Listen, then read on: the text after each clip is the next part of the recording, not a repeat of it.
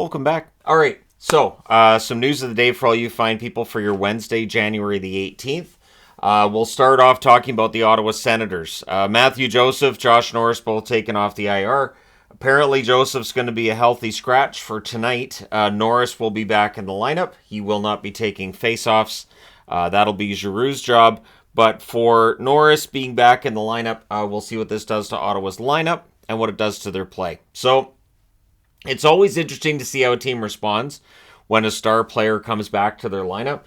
Some teams just go on a run and everything's great, everything's fine, and it's like they were never gone. And some teams, it can throw them off. So we'll see how things go tonight for the Ottawa Senators against Pittsburgh, and this is the first half of a back-to-back against the Penguins. So if Ottawa wants to really and truly get back into the hunt, winning both of those games would definitely do that, and it would help other teams in the East too. So we'll see how things go for Ottawa and with Josh Norris, but all the best to him on his return to the lineup. Also, tomorrow we will be seeing the number 30 go up to the rafters in Buffalo. That is, of course, Ryan Miller's number. That ceremony is scheduled to start at 6 o'clock. That's the local time. I didn't put the Pacific time up there because that would not work for Buffalo. So it's listed to start at 6 o'clock. The game is listed to start at 7:30. I very much appreciate when a team has that time in front. There's nothing more frustrating to me. Well, there's a few things more frustrating when it comes to hockey, but when a game is listed to start at 7 o'clock and then they have the jersey retirement that goes to like 4:30 or 4:45, well, then just list the start time as 5 o'clock, just do it that way. I think it just works better. But yeah, so that's how Buffalo's doing it.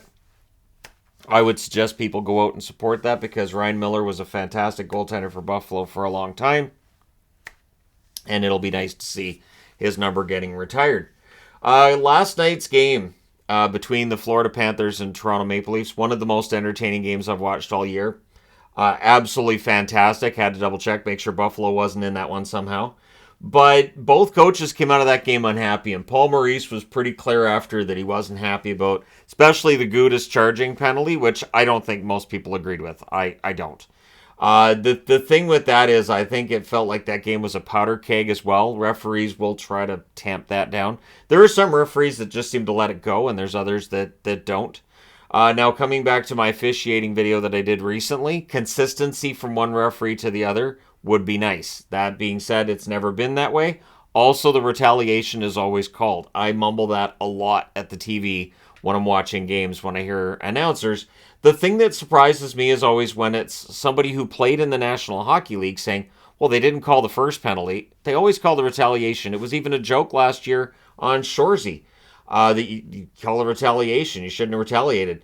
So it's just, it's one of those things that we as fans and I guess players and people just in general may not like, but it's always been a part of hockey. And so last night's game, it did feel like they tried to tamp it down. And then in the third, we'll just let them go, which I don't agree with that either. Have a standard and stick to it. But at any rate, both coaches were upset with the officiating. Maurice also not happy with the scheduling in that they do the road trip, they go home for one game, and then the next night they're in Toronto. Yeah, that's a pretty rough road trip. So, and just the scheduling is all over the place. It was one thing that I noticed about the schedule this year being so condensed and having so many nights where there's 10 plus games and so many nights where there's very, very few. You're going to end up with some crazy travel schedules. So, for the National Hockey League, I mean, could Maurice be fined today? Possible. Could Keefe be fined today? I mean, sure, it's possible. Could Keefe be fined for what Maurice said? Sure. Could the opposite happen? Sure, why not? But the good news for Toronto fans coming out of last night was that Marner has gone 19 straight home games now with at least a point. So, good on Marner. Marner's had an absolutely fantastic season, his best thus far, and so kudos to him. Darren Dreger's getting my hopes up on this one. I don't appreciate it, saying that the Boston Bruins are getting closer to a deal with Pastrnak. It'll be an 8-year extension. And when the insiders are reporting on how many years the extension is, that they're usually right. And I'm saying usually because there's always the chance that until that contract gets signed or until a trade gets made or until, those kinds of things, that things could turn the other way. So there's the possibility that Pasternak's close but ends up going, forget it. but it sounds like it's trending towards him re-signing with Boston, which would make a lot of sense. I think Boston should keep the team together.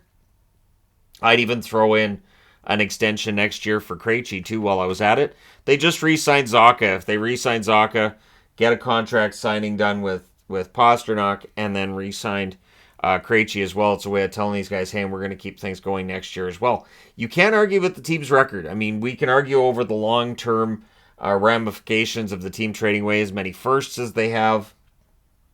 We can talk about some of the trade deadline decisions they've made over the years that maybe have backfired, but in the end, this is a team that's just had a ton of success, and re-signing Pasta should be the number one priority for Don Sweeney right now. And of course, the other side of it too is for Bruin fans that like to see Sweeney go. This team's record currently, it's just not going to happen. So make your peace with Don Sweeney being the GM for a while. Making peace. Speaking of which, last night, so there was a lot of opinion about Provorov not wanting to wear the Pride Night jersey. The NHL has come out and said players have a right to support or not support whatever initiatives they want. And that is accurate. You can support or not support, and also the public has the right to be upset with whatever decision is made. In this very, very, very, very polarized existence that we currently live in, whatever decision is made, one side or another is going to be very angry about it. So I've always thought that a lot of the initiatives the NHL does, a lot of things they do seem very performative. Very, very, very much just lip service a lot of the time. No matter what that cause is, I've always kind of seen. But I'm cynical in general when it comes to that kind of stuff. So I mean that's it for Provorov. It's not like Philly's gonna do anything. And again, players are upset. But then the question becomes one of, do you think he's the only player that would take that stand? And again, I don't know. I don't know how everything became politics, but here we are. So yeah. The NHL just saying, yeah, it's fine. If he doesn't want to support it, that's fine. But again, if fans want to be mad, that's fine. If they want to boo him, no problem. Because again, that's how that works. So, court of public opinion being as it is and all. All right, so moving on from that, and we'll get into the Montreal Canadiens, and a little bit of news here, and also coming from Drager 2, is that they've opened contract talks with Caulfield. The only question I'd have of that is, why now? Why didn't they open contract talks last summer? But at any rate, because I think with your young star players, it is better to get out ahead of those contract talks and get those extensions signed sooner. Because right now, Caulfield is having a remarkable season on a very unremarkable team. And I think part of the reason the record has stayed respectable as long as it has is because Caulfield has, 25 goals right now? 25, 26 goals? Yeah, Caulfield's been absolutely excellent. So if anything, his asking price right now is higher than it would have been last summer, and rightfully so. So yeah, having those contract talks opened is important. We'll see how those go and what the end results of those are for the Montreal Canadiens. But it is important to keep Caulfield. Keep him for, he should get the 8-year contract treatment. Absolutely. We can all have the debate over the process of which GMs have been handing out 8-year contracts and how smart that might be, but that's how that works. Caulfield definitely should get an 8-year extension. The Arizona Coyotes making news this morning, and the reason I'm wearing this jersey is because they've unveiled a new Desert Night third jersey. I think it's kind of nice. Now, the interesting thing is it's a wordmark jersey. I don't normally like wordmark jerseys. I'm going to use the image of it for the thumbnail for this video. Because I think it's nice. I do. And I think I like the designs on it. I think it's really sharp. It's subtle. And I think with the NHL, with some of the reverse retros and some of the loud, garish designs that have come back, I kind of like a nod towards subtle. So, the other part of that, too, is that when Arizona was said to be bringing out third jerseys, there was speculation that the Space Coyote, that they've done reverse retros of twice, that they were going to do a black Space Coyote as the third jersey, which probably would have been overkill. So I'm glad this is what they've revealed. They're going to wear it 14 times at home, which is going to be a lot of the remaining home games.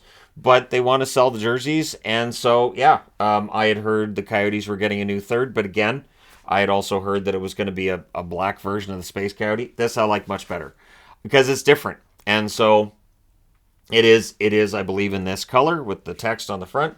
nice designs on it as well, kind of a Kachina design and a melding of the two. I don't think that this look should be completely abandoned by the Coyotes. I know they don't wear their thirds no longer have the Howling Coyote, but I think they should keep it. I do. I think that they should keep that as part of their look. Other teams have had numerous logos that they have as part of their look. Vancouver does. So I don't see any reason why Arizona can't as well. Because while, yes, that Kachina logo is considered more iconic and it's more popular, there's nothing really wrong with the yawning / Howling Coyote either. It does to me kind of look like it's yawning. It's because the way the eyes are closed and the arch of the way the head's arch. I know it's howling, but to me it also kind of looks like yawning. Anyways, there you go.